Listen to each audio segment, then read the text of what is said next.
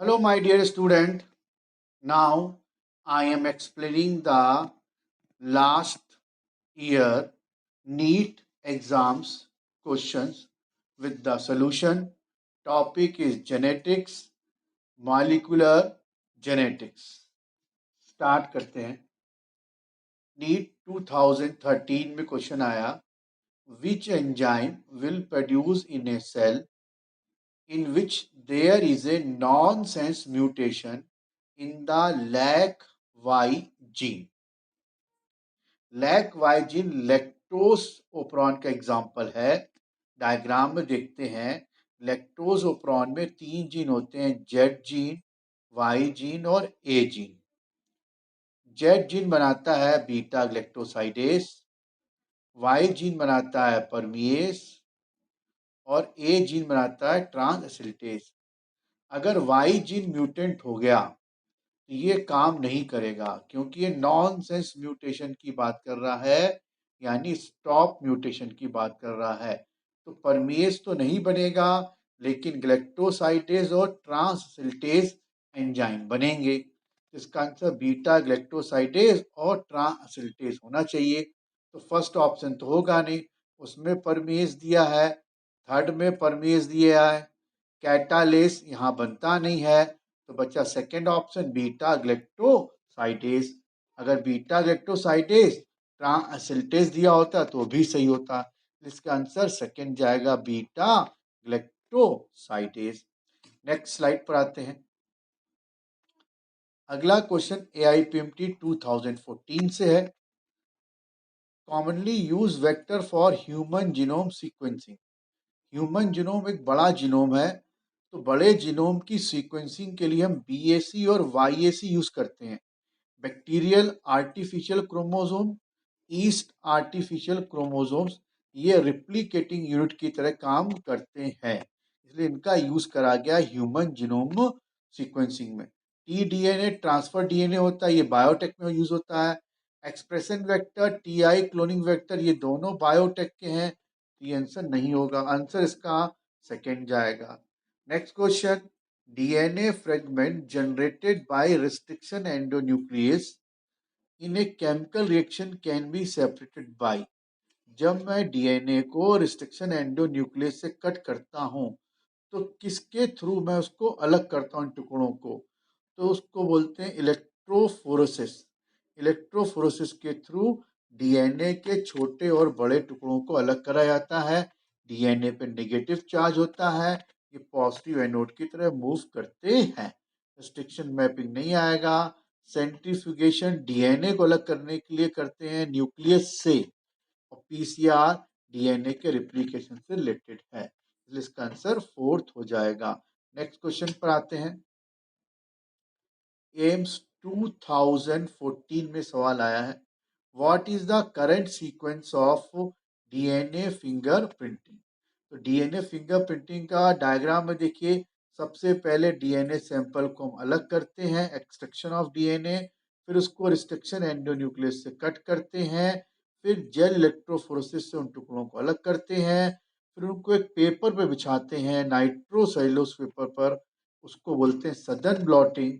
फिर radio autography द्वारा VNTR probe का हाइब्रिडाइजेशन करते हैं, इससे फिंगरप्रिंटिंग कंप्लीट हो जाती है. तो सबसे पहले क्या आएगा, आइसोलेशन ऑफ DNA, C आएगा. फिर B से कट करेंगे, डाइजेशन हो जाएगा. फिर आएगा A, separation of DNA by gel electrophoresis, इसलिए इसका आंसर फोर्थ हो जाएगा. CBA दोनों में सेम है, बट E और D देखना है. पहले सदर्न ब्लॉटिंग होगी, this is the southern blotting, फिर क्या होगी, हाइब्रिडाइजेशन टेक्निक. नेक्स्ट क्वेश्चन पर आते हैं. अब ये बोल रहा है सी आर्चिन के DNA में डबल स्टैंड DNA है, 17% बेसिस है ना, ऑफ साइटोसिन के हैं, तो आपको दूसरे बेसिस बताने हैं. ये सवाल चारगाफ रूल पर बेस्ड है. चारगाफ रूल क्या बोलता है, जितने एडनीन होंगे, डायग्राम में देखिए, जितने एडनीन होंगे उतने ही थायमीन होंगे, जितने परसेंटेज A और T का GOC का बराबर. अब ये बोल रहा है साइट साइटोसिन 70% है, इसका मतलब ग्वानिन भी 70% है ना, यानी साइटोसिन 17% है तो ग्वानिन भी 70% होंगे। तो फर्स्ट टू में आ गया। अब 50-50% होता है, ए प्लस जी बराबर 50%, टी प्लस सी बराबर 50%। अब सी दिया इन्होंने 17%, तो टी की वैल्यू कितनी आ जाएगी, टी की वैल्यू आ जाएगी 33%। तो टी कितना हो गया, 33% हो गया। तो ए भी कितना हो जाएगा, 33। तो ये 33 हो गया, ये 33 हो गया, है ना, ये 17 हो गया, ये 17 हो गया, इसलिए इसका आंसर सेकेंड चला जाएगा। और एक बात ध्यान रखना, इसमें कभी भी पॉइंट में आंसर आता नहीं है, तो पॉइंट वाले ऑप्शन हमेशा कैंसिल हो जाएंगे, ये ध्यान रखना, पॉइंट में कभी आंसर नहीं आएगा। नेक्स्ट क्वेश्चन पर आते हैं। Gene regulation of governing lactose operon of E. coli that involve the lac operon product is, है ना। अभी बोल रहा है जो लैक्टोज ओपरान है उसकी कंट्रोलिंग का प्रोडक्ट कैसे होता है, मतलब involve in the lac gene का जो कंट्रोल हो कैसे होगा, ठीक है। अब ये ध्यान रखिएगा, अगर रिप्रेसर प्रोटीन ओपरॉन को ऑन करती है, डायग्राम में देखिए तो उसको बोलते हैं पॉजिटिव कंट्रोल। अगर रिप्रेसर प्रोटीन ओपरॉन को बंद करती है तो उसको बोलते हैं निगेटिव कंट्रोल। बंद मतलब नो ट्रांसक्रिप्शन, कोई ट्रांसक्रिप्शन नहीं होगा, ठीक है। अब लैक ओपरान जो है हमको बंद अवस्था में मिलता है, इसलिए उसको बोलते हैं निगेटिव ओपरॉन, ठीक है। क्या बोलते हैं उसको, निगेटिव ओपरॉन। तो ये फर्स्ट ऑप्शन बोल रहा है ये निगेटिव ओपरॉन है, inducible because repressor protein is prevented. Clear हो गया। अब यहाँ पे ये बोल रहा है कि जब हम लैक्टोज डालते हैं तभी वो ऑन होता है, नहीं तो वो ऑन नहीं होता है। तो लैक्टोज यहाँ इंड्यूसर की तरह काम कर रहा है और रिप्रेसर प्रोटीन उसको बंद करके रखती है, इसलिए उसको बोला निगेटिव ओपरॉन। तो ध्यान रखिएगा, जो ओपरॉन बंद अवस्था में मिले या जो ओपरॉन ट्रांसक्रिप्शन को रोक दे उसको बोलेंगे निगेटिव कंट्रोल। इसलिए इसका आंसर फर्स्ट हो जाएगा, निगेटिव ओपरॉन है और यहाँ पे रिप्रेसर ट्रांसक्रिप्शन को बंद करके रख रहा है। सेकेंड ऑप्शन नहीं हो सकता, निगेटिव है because repressor protein prevent the transcription, है ना, रिप्रेसर नहीं है यहाँ पे, लैक्टोज इंड्यूसर का काम कर रहा है, इसलिए ये आंसर नहीं होगा। थर्ड, फीडबैक इनिबिशन नहीं हो रहा है यहाँ पर क्योंकि लैक्टोज सीधे मैं इंटर करा रहा हूँ। ये ओपरॉन पॉजिटिव नहीं है क्योंकि ये हमें बंद अवस्था मिलता है। तो जब रिप्रेसर प्रोटीन ओपरॉन को बंद रखे तो उसको बोलेंगे निगेटिव ओपरॉन, यानी जितने भी इंड्यूसर ओपरॉन होंगे सब निगेटिव की तरह काम करेंगे। इसका आंसर फर्स्ट हो जाएगा। नेक्स्ट क्वेश्चन पर आते हैं। अगला क्वेश्चन क्या बोलता है, the movement of gene from one linkage group to another group, ठीक है। अब लिंकेज ग्रुप किसी भी एक क्रोमोसोम पर जो जीन पाए जाते हैं उनको बोलते हैं लिंकेज ग्रुप, है ना। अब यहाँ पे एक लिंकेज ग्रुप ये हो गया, एक लिंकेज ग्रुप ये हो गया, एक लिंकेज ग्रुप ये हो गया, तो अलग अलग जीन के लिंकेज ग्रुप है।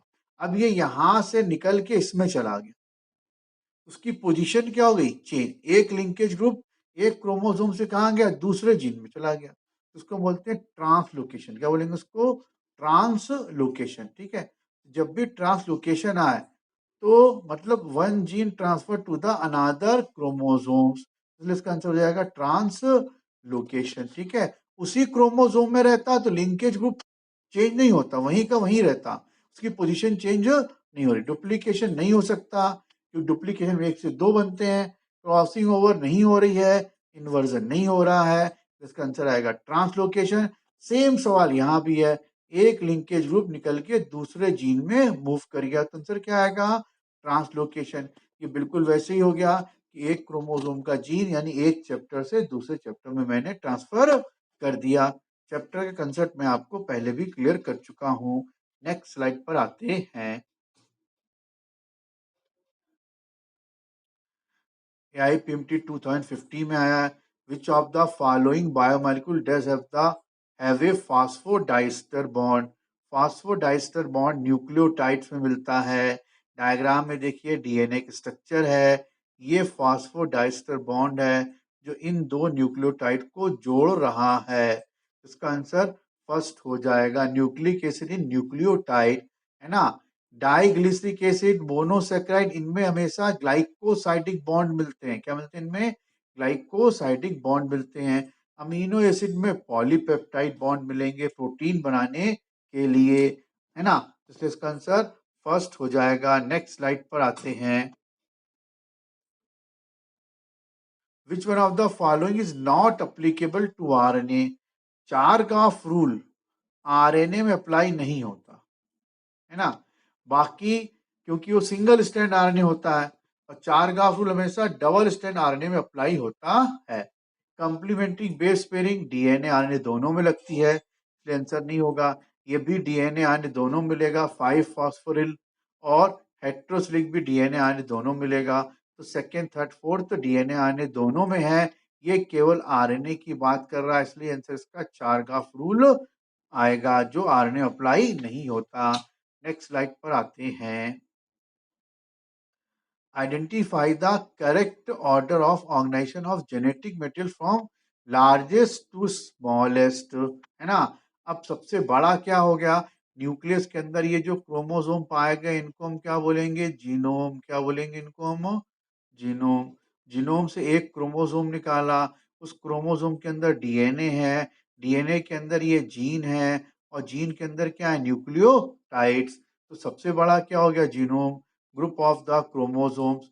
ठीक, उससे एक क्रोमोसोम निकाल लिया, फिर डीएनए निकाल लिया, उसके अंदर जीन। जीन किससे मिलके बना? न्यूक्लियोटाइड से, इसलिए इसका आंसर फोर्थ हो जाएगा।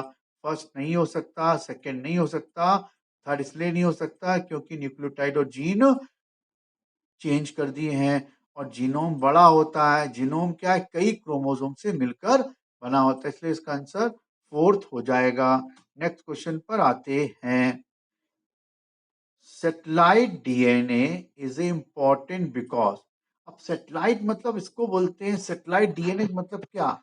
डीएनए का वो सीक्वेंस जो एक ही पाथ पे, जैसे सेटेलाइट अर्थ के चारों तरफ एक ही पाथ पे रोटेट करता रहता है, ऐसे एक पाथ है डीएनए, बहुत लंबा स्ट्रैंड हो गया, उसमें वही सीक्वेंस कई बार आए तो उसको हम बोलते हैं सेटेलाइट, है ना। अब देखो डायग्राम में ये जीनोम एक दिया हुआ, जीनोम फर्स्ट में ये रिपीट हुआ 8 टाइम्स, है ना। तो एक ही पाथ में कई बार आ रहा है, 8 बार आ रहा है, तो उसको हम बोलेंगे सेटेलाइट। जीनोम 2 में भी 8 बार आ रहा है, जीनोम 3 में 9 बार आ रहा है। एक ही पाथ पे कोई नाइट्रोजन बेस कई बार रिपीट हो उसको बोलते हैं सेटेलाइट डीएनए। और यही पॉलीमॉर्फिज्म, यही क्या? पॉलीमॉर्फिज्म भी बोलते हैं, ठीक है। तो इसका answer satellite DNA is important because it code for the enzyme नहीं है, कोड फॉर द प्रोटीन नहीं है, क्योंकि सेटेलाइट डीएनए में कोई भी इंफॉर्मेशन नहीं होती है। Show high degree of polymorphism in population and also the same degree of polymorphism in individual. ये सही है। सेटेलाइट डीएनए में बहुत ज्यादा क्या मिलता है हमको? पॉलीमॉर्फिज्म मिलता है जो हेरिटेबल होता है, और ये इंडिविजुअल टू इंडिविजुअल अलग होता है ना। और does not code for protein same in all member of the population. ये सही है, कोई प्रोटीन को कोड तो नहीं करता, लेकिन ये हर मेंबर में सेम नहीं होता। हर मेंबर में इसकी लेंथ क्या होती है? अलग अलग होती है। जैसे जीनोम थर्ड में देखिए 9 बार है, हो सकता है जीनोम एक में 8 बार हो, किसी जीनोम में 3 बार हो। जैसे हमारी बॉडी में 2 जीनोम, एक मदर का एक फादर का, तो जो दोनों में ये डीएनए का, सेटेलाइट डीएनए का रिपीटेशन क्या होगा? अलग अलग होगा, और उनकी लेंथ भी क्या होगी? अलग अलग होगी। हो सकता है जी ए टी ए 2 बार लिखा हो सकता है किसी में 3 बार लिखा हो। तो ये इसको ही बोलते हैं हाई डिग्री ऑफ पॉलीमॉर्फिज्म, इसलिए इसका आंसर हो जाएगा थर्ड, जो हमें यूज करते हैं डीएनए फिंगर प्रिंटिंग में। नेक्स्ट आते हैं। नीट 2016 में क्वेश्चन आया, which of the following is required as a inducer? तो लैक्टोज इंड्यूसर की तरह काम करता है ना, इसलिए इसका आंसर थर्ड हो जाएगा। नाम ही क्या है? Lac, lac for lactose. Glucose नहीं हो सकता, गैलेक्टोज नहीं हो सकता, और लैक्टोज और गैलेक्टोज भी नहीं होंगे, केवल क्या होंगे, लैक्टोज, जो लैक्टोज ओपरान में इंड्यूसर की तरह काम कर रहा है और इससे अटैच होके प्रोटीन सिंथेसिस को स्टार्ट करता है। ठीक है, नेक्स्ट स्लाइड पर आते हैं। Complex of ribosome attach a single strand of RNA. ठीक है, तो उनको हम बोलते हैं पॉलीसोम। देखो ये सिंगल स्ट्रैंड ऑफ आरएनए, इसको हम बोलते हैं एमआरएनए। इस पे ये क्या अटैच है, राइबोसोम। एक राइबोसोम को मोनोसोम बोलोगे और इन सब को मिला के क्या बोलोगे, पॉलीसोम। ये प्रोटीन सिंथेसिस कर रहे हैं। देखो यहाँ से स्टार्ट हुई प्रोटीन सिंथेसिस, यहाँ पे एंड हो रही है, तो धीरे धीरे प्रोटीन का साइज भी क्या हो रहा है, बढ़ता जा रहा है।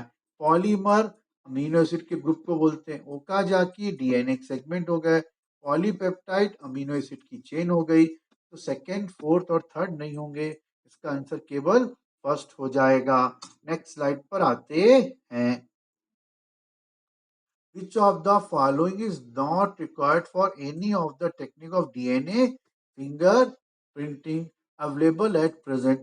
PCR का हम यूज डीएनए फिंगरप्रिंटिंग में करते हैं, रिस्ट्रिक्शन एंजाइम को भी करते हैं और डीएनए हाइब्रिडेशन भी करते हैं।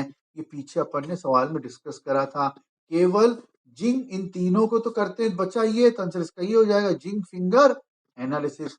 अब जिंक फिंगर एनालिसिस में क्या होता है, डीएनए के 3D स्ट्रक्चर को पता करते हैं। तो जहां जहां पे हम जिंक को लगाते हैं वहां पे तो फिंगर लाइक स्ट्रक्चर बन जाते हैं, दिख रहा है डायग्राम में, इसलिए इसको बोलते हैं जिंक फिंगर एनालिसिस। इसलिए इसका आंसर सेकंड आ जाएगा।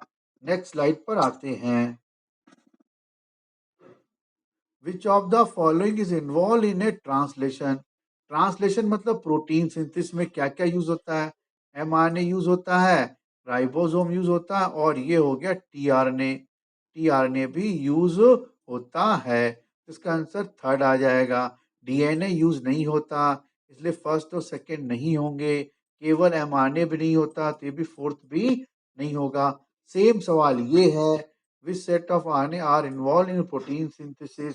तो RMT, ये राइबोसोमल आरएनए हो गया, ये mRNA हो गया और ये tRNA हो गया, ये प्रोटीन सिंथेसिस में इन्वॉल्व होंगे।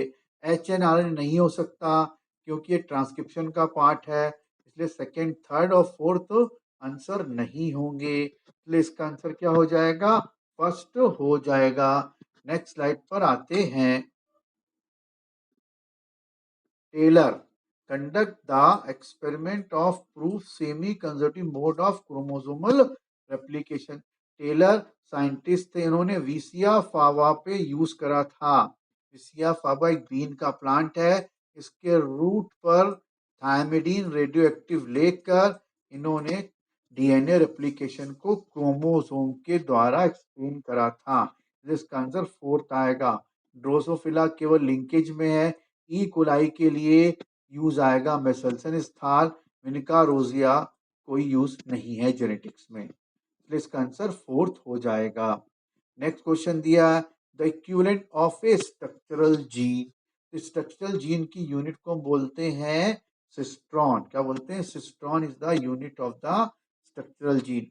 ओप्रॉन is the unit of the operator. ठीक है, muton is the unit of the mutation, recon is the unit of recombination. Structural gene की यूनिट क्या होगी, सिस्ट्रॉन होगी, इसलिए आंसर इसका फोर्थ आएगा। नेक्स्ट स्लाइड पर आते हैं। Which of the following ribosomal RNA act as a structure RNA as well as ribozyme in a bacteria? तो राइबोजाइम इन ए बैक्टीरिया, यानी कि राइबोसोमल आरएनए में कौन सा आरएनए एंजाइम की तरह काम करता है? इसका आंसर आएगा 23S आरएनए, राइबोसोमल आरएनए। ये बड़ी यूनिट में मिलता है और पेप्टाइड बॉन्ड बनाने में हेल्प करता है। यही एक नॉन प्रोटीनियस एंजाइम है। 5.8 का यूज नहीं है, 18S छोटी यूनिट में मिलता है। 5S टीआरएनए को राइबोसोम से बाइंड करता है, तो सेकंड, फोर्थ और थर्ड नहीं होंगे, फर्स्ट आंसर हो जाएगा। ठीक है, ऐसे ही एक और सवाल पूछा है, non proteinaceous enzyme, ribozyme is a non proteinaceous enzyme जो एटीपी सॉरी पेप्टाइड बॉन्ड बनाने में हेल्प करता है। लाइगेज प्रोटीनियस है, लाइसोजाइम भी प्रोटीनियस है, डीऑक्सीराइबो न्यूक्लियस भी प्रोटीनियस है, इसलिए इसका आंसर फोर्थ हो जाएगा। नेक्स्ट स्लाइड पर आते हैं। A molecule that can act as a genetic material must fulfil the trait given below except, मतलब किसको हम जेनेटिक मटेरियल बोलेंगे जो सारे फीचर्स को फुलफिल करता है। ठीक है, हाँ, पहला तो उसका स्टेबल होना चाहिए, जेनेटिक मटेरियल को अनस्टेबल गलत है, तो यही इसका आंसर हो जाएगा। Second, it should B provide the scope for slow changes, जरूरी है एवोल्यूशन के लिए, तो ये एकदम सही है, एनसीईआरटी में आपके दिए हैं चारों पॉइंट, है ना। Third, it should be able to express itself in the form of Mendel character, DNA में जो जीन पाए गए हैं वो मेंडल के रूल के हिसाब से एक्सप्रेस होने चाहिए, है ना।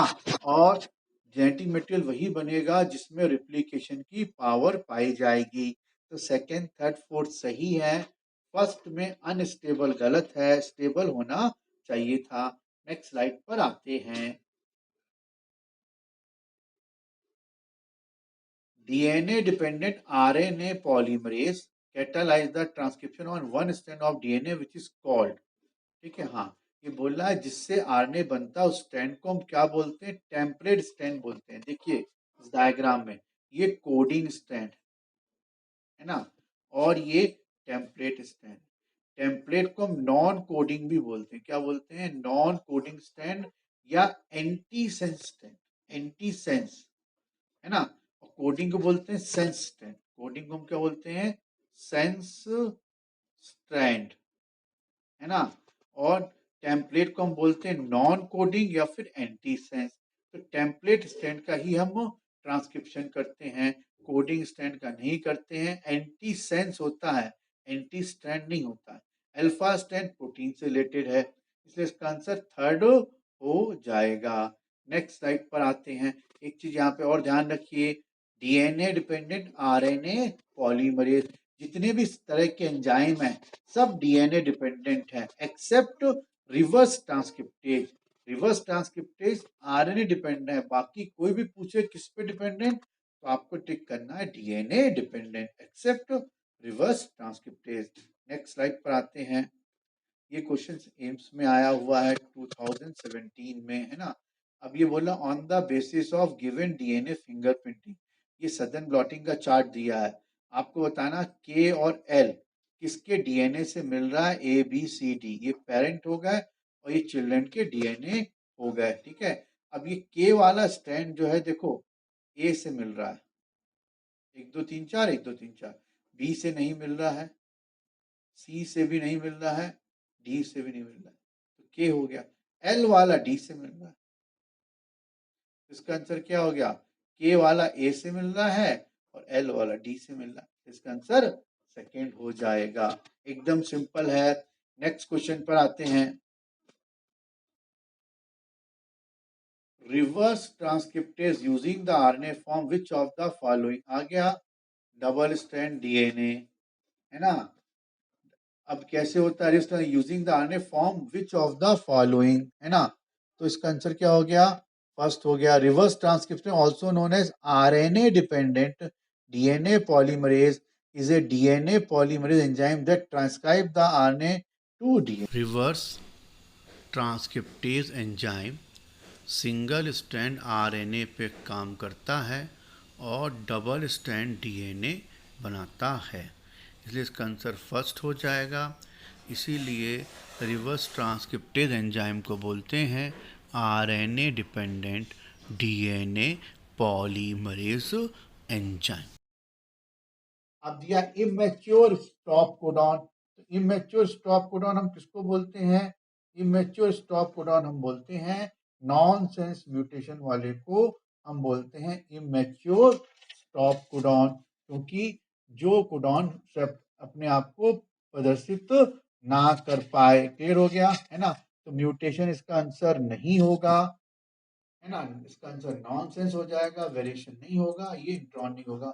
इस सवाल को एक बार और देख लो, रिवर्स ट्रांसक्रिप्टेज एंजाइम को यूज करके हम आरएनए से क्या बनाते हैं, तो रिवर्स ट्रांसक्रिप्टेज एंजाइम में हम सिंगल स्ट्रैंड आरएनए पर ये एंजाइम का हम यूज करते हैं, है ना, आरएनए इनटू डीएनए, और उससे हम डबल स्ट्रैंड डीएनए बनाते हैं। इसलिए इसका आंसर ये फर्स्ट हो जाएगा, कोई कंफ्यूजन नहीं रखना।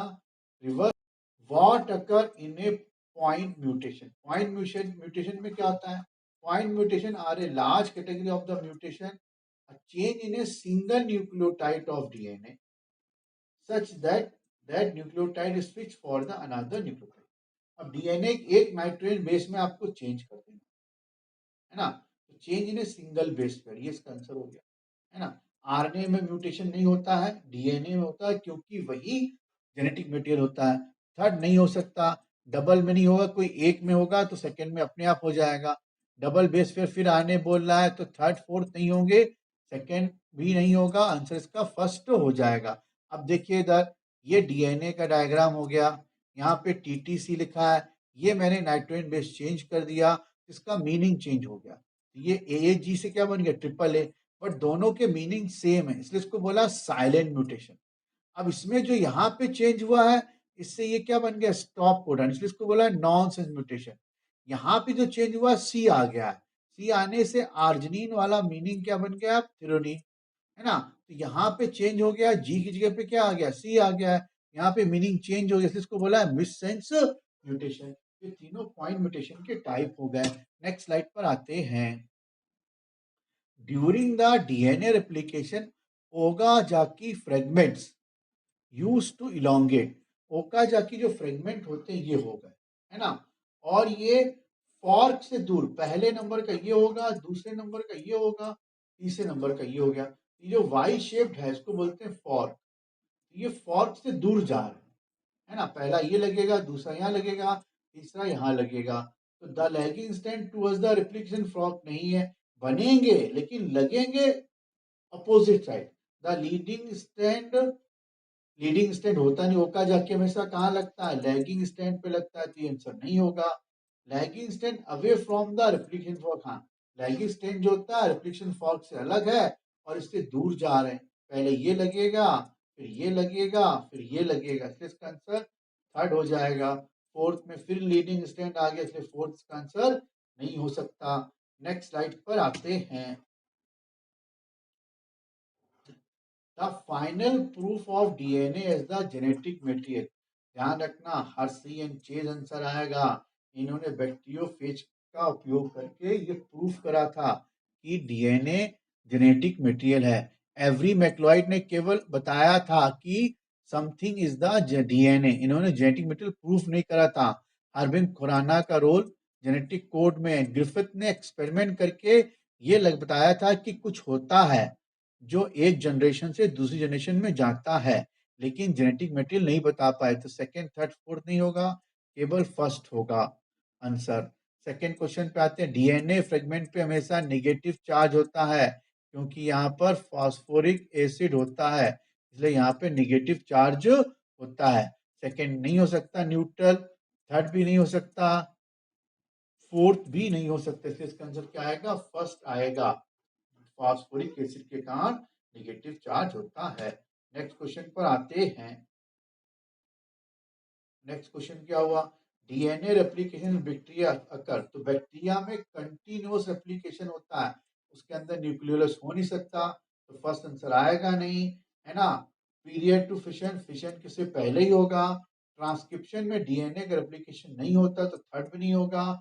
बैक्टीरिया में सेल साइकिल नहीं होती, इसलिए एस फेज में आंसर नहीं आएगा, आंसर इसका सेकंड हो जाएगा।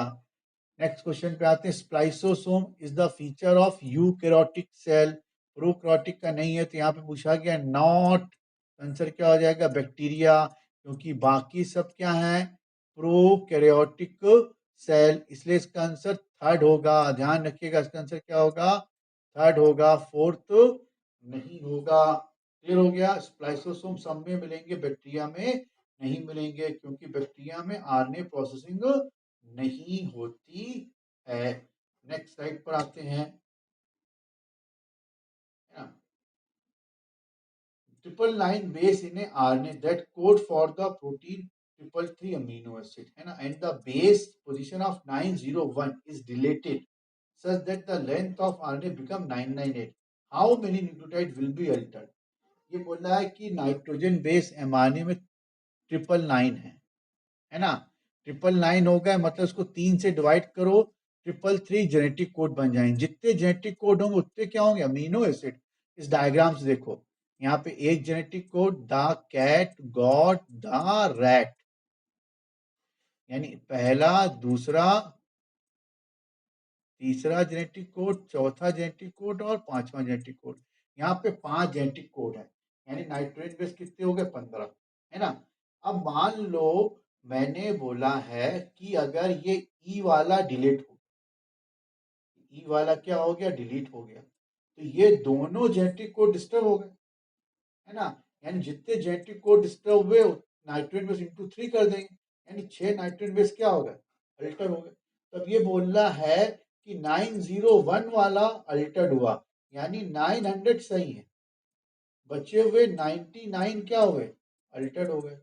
तो 99 अल्टर्ड हो गए, यानी कि इसको जब मैं 3 से डिवाइड करूंगा तो 33 क्या जाएंगे, कोडॉन, क्योंकि ये कोडॉन है, ये कोडॉन है, ये कोडॉन है, तभी तो 15 नाइट्रोजन बेस हैं। आई बात, 15 डिवाइडेड बाई 3 कर दो तो 5 आ गया ना कोडॉन, क्लियर हो गया। तो 33 इसका क्या हो जाएगा, आंसर हो जाएगा। नेक्स्ट स्लाइड पर आते हैं। इस डायग्राम को देखिए, ये भी एम्स में आया क्वेश्चन, है ना। सैंपल कलेक्ट करें शुगर केन फील्ड के, बताना इसमें क्या ट्रू है, कौन कौन मिल रहा है। ए और बी दोनों सेम मिल रहे हैं, तो ये भी आंसर होना चाहिए। बी और सी भी नहीं मिल रहे हैं, गलत है ना। सी और डी भी नहीं मिल रहे हैं, तो ये भी नहीं मिल रहा है। बी और ए मिल रहे हैं, तो सभी सिमिलर, गलत है। ऑल आर डिसिमिलर नहीं बोल सकते, क्योंकि ए और बी सिमिलर है, सभी सिमिलर नहीं है, क्योंकि सी और डी डिसिमिलर है। ए और डी सिमिलर नहीं है, ये डिसिमिलर है। ए और बी सिमिलर, इसलिए इसका आंसर फोर्थ हो जाएगा। नेक्स्ट क्वेश्चन पर आते हैं। Association of stone with the nucleosome, तो ये स्टोन हो गया, दिख रहा है डायग्राम में, ये डीएनए से जुड़ा हुआ है, तो ये बन जाता है न्यूक्लियोसोम।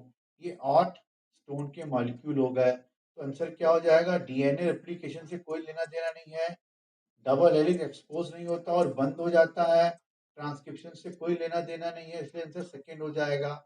इसके कारण क्या हुआ, डीएनए कंडेंस हो गया, इससे बाइंड हो गया, क्योंकि डीएनए पे निगेटिव चार्ज होता है, स्टोन पे चार्ज पॉजिटिव होता है, तो ये बहुत ज्यादा क्या हो गया, कंडेंस हो गया, इसलिए इसका आंसर सेकेंड आ जाएगा। नेक्स्ट स्लाइड पर आते हैं। Experimental proof of semi conservative replication was first shown in a, तो प्लांट आएगा कि बैक्टीरिया आएगा, ये कंफ्यूजिंग वाली बात है। अगर फर्स्ट एक्सपेरिमेंट बोले रेप्लिकेशन का, वो भी डीएनए पर, तो आंसर बैक्टीरिया जाएगा। ई कोलाई, मिसेल्सन और स्थाल ने किया था। विसिया फाबा तब होगा जब वो क्रोमोसोम पे पूछेगा, ये थर्ड नहीं होगा, फर्स्ट नहीं होगा, फोर्थ नहीं होगा, आंसर सेकंड हो जाएगा। ये matching the column, Alex Jeffrey DNA fingerprinting से रिलेटेड है, इसलिए फर्स्ट नहीं होगा। अल्फर्ड ने बैक्टीरियोफेज यूज करा था, तो ये नहीं होगा। मैथ्यू विल्सन ने ई कोलाई यूज करा था, तो ये नहीं होगा। तो बचा फोर्थ, जैकब मोनार्ड ने ई कोलाई पर लैकोप्रोन एक्सप्लेन करा था। नेक्स्ट स्लाइड पर आते हैं। अब यहाँ पे सीक्वेंस दिया है, कोडिंग सीक्वेंस, है ना। आप स्ट्रैंड ऑफ ए जीन, तो ट्रांसक्राइब करना, मैंने आपको बताया था ट्रांसक्रिप्शन हमेशा टेम्पलेट का होता है, कोडिंग का नहीं होता। तो सबसे पहले इस कोडिंग का कॉम्प्लीमेंट्री बना, ए का टी, जी का सी, जी का सी, टी का ए का टी का ए करके क्या बनेगा, टेम्पलेट स्ट्रैंड। फिर इसका कॉम्प्लीमेंट्री कर दोगे, तो ये बन जाएगा एमआरएनए। बस टी की जगह पे क्या आ जाएगा, यू आ जाएगा, टी की जगह पे क्या आ जाएगा, यू आ जाएगा। इसका आंसर फर्स्ट हो जाएगा। ये मिला के देख लो, इसका आंसर क्या हो जाएगा, फिर फर्स्ट हो जाएगा। इस तरह के सवाल बहुत सिंपल होते हैं, ऐसे सवाल बहुत सिंपल होते हैं, बस थोड़ा सावधानी से आपको करना है। नेक्स्ट क्वेश्चन पे आते हैं। ये भी बिल्कुल वैसे ही सवाल है, what will be the sequence of mRNA, हमें टेम्पलेट का कॉम्प्लीमेंट्री बनाना है। बस यहाँ ध्यान रखना, ये 3 है तो यहाँ पे 5 होना चाहिए, तो पहला तो नहीं हो सकता, तीसरा भी नहीं हो सकता, बचा सेकेंड और फोर्थ। अब यहाँ लिखा ए टी जी, ए का उल्टा यू ए सी, तो ये यूएसी वाला आंसर इसका हो जाएगा, ये यूएसी नहीं है, इसका आंसर सेकंड हो जाएगा। नेक्स्ट क्वेश्चन पर आते हैं। Correct combination of silent feature of the genetic code. Genetic code non overlapping होते हैं, तो फर्स्ट भी नहीं होगा, सेकंड भी नहीं होगा, है ना, और नॉन एम्बिगुअस होते हैं तो थर्ड भी नहीं होगा। इसका आंसर फोर्थ हो जाएगा। नेक्स्ट क्वेश्चन पर आते हैं। Under which of the following condition will there be no change in the reading frame of the MR. अब बोला ऐसा क्या इसमें अल्टर करें कि इसके रीडिंग फ्रेम में कोई चेंज ना हो, मतलब इसे लिखा हो ना ये 1 2 3 4 5, मतलब जो मीनिंग है वो कोई भी चेंज नहीं हो। अब बोल रहा है जी एट द फिफ्थ, अगर यहाँ पे मैं जी इंसर्ट कर दूं तो जेनेटिक कोड सबके सब अल्टर हो जाएंगे थोड़े थोड़े। मैंने पीछे आपको बताया था, है ना, 2 नाइट्रोजन बेस बेकार हो जाएंगे, सबके सब क्या हो जाएंगे, चेंज। और ये बोल रहा चेंज रीडिंग फ्रेम में ना हो, एक वर्ड कम हो जाए, है ना। डिलीशन कर दिया तब भी गड़बड़ हो जाएगा, एक कम हो जाएगा। इंसर्शन ए और जी फोर्थ तो फिफ्थ पे करोगे तब भी गड़बड़ हो जाएगा, क्योंकि 2 बढ़ा रहे हो, कम से कम 3 बढ़ाओ, 3 बढ़ाओगे तो एक कोड और आ जाएगा। डिलीशन कर दो जी जी यू का, अगर इसको हटा दोगे तो जेनेटिक कोड 4 हो जाएंगे, तो फ्रेम में कोई भी चेंज नहीं आएगा, है ना। No change in reading frame बोला है, रीडिंग फ्रेम में कोई चेंज नहीं आएगा, है ना। वैसे रीडिंग फ्रेम चेंज हो रहा था एक साथ कई का, अगर 2 बढ़ा रहे थे तो 2 कम से कम गड़बड़ हो रहे थे, तो इसका आंसर फोर्थ हो जाएगा। नेक्स्ट स्लाइड पर आते हैं। Match the following. ध्यान रखना आई जीन रिप्रेसर को बोलते हैं इनहिबिटर, आर नहीं होता, आई जीन रिप्रेसर होता है ये। ए का third, Z gene beta galactosidase हो गया, ए जीन ट्रांससिल्टेज हो गया, है ना। इसका आंसर फिर क्या हो जाएगा, थर्ड, है ना। ए का थर्ड, बी का फर्स्ट, सी का फोर्थ, है ना, वाई का परमीज हो जाएगा, सेकंड हो गया। ठीक है, आंसर क्या हो जाएगा इसका, थर्ड हो जाएगा। ये डायग्राम एनसीईआरटी का ही ध्यान रखना, I is the repressor. Next slide पर आते हैं। In the process of transcription in eukaryote, the RNA polymerase first, RNA polymerase first बनाता है राइबोसोमल आरएनए, ऐसे याद रखो RMT। ये फर्स्ट है, ये सेकेंड है, थर्ड है। फर्स्ट वाला राइबोसोमल, सेकेंड वाला मैसेंजर आरएनए, थर्ड वाला T RNA, T for third. तो RMT करके याद रखो, आर पॉलीमरेज फर्स्ट के लिए, एम सेकेंड के लिए, टी थर्ड के लिए। तो mRNA से कोई लेना देना नहीं, फर्स्ट की बात हो रही है। tRNA से होगा, लेकिन यहाँ पे snRNA आ गया, tRNA हो गया, जबकि tRNA थर्ड बनाता है, तो सेकेंड में नहीं होगा। थर्ड में तीनों राइबोसोमल आने से इसका आंसर थर्ड हो जाएगा, फोर्थ नहीं हो सकता क्योंकि सेकेंड का काम है। नेक्स्ट स्लाइड पर आते हैं। What initiation and termination factor involve in transcription in prokaryote. तो प्रोकैरियोट में जो सिग्मा फैक्टर होता है ट्रांसक्रिप्शन को इनिशिएट करता है, और रो फैक्टर जो ये होता है ये टर्मिनेट करता है। ये ध्यान रखना, प्रोकैरियोट की बात हो रही है तो इनिशिएशन के लिए और टर्मिनेशन के लिए, इसका आंसर फर्स्ट हो जाएगा, सेकंड नहीं हो सकता। थर्ड अल्फा बीटा यूकैरियोट्स के हैं, तो सेकंड थर्ड फोर्थ नहीं होगा। नेक्स्ट स्लाइड पर आते हैं।